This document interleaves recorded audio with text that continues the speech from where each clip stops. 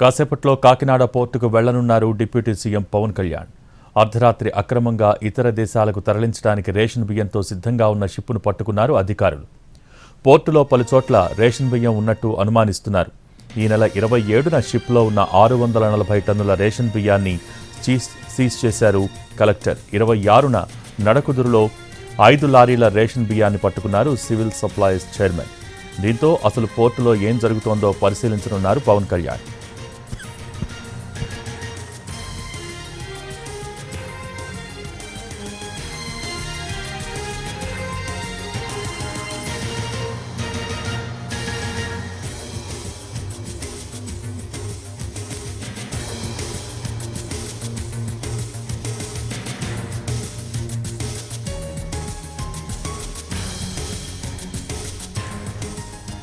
కాసేపట్లో కాకినాడ పోర్టుకు వెళ్లనున్నారు deputy CM Pawan Kalyan.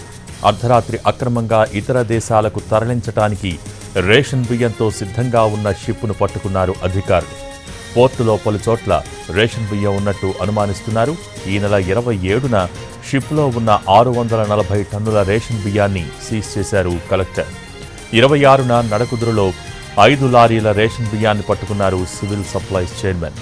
దీంతో అసలు పోర్టులో ఏం జరుగుతోందో పరిశీలించనున్నారు పవన్ కళ్యాణ్.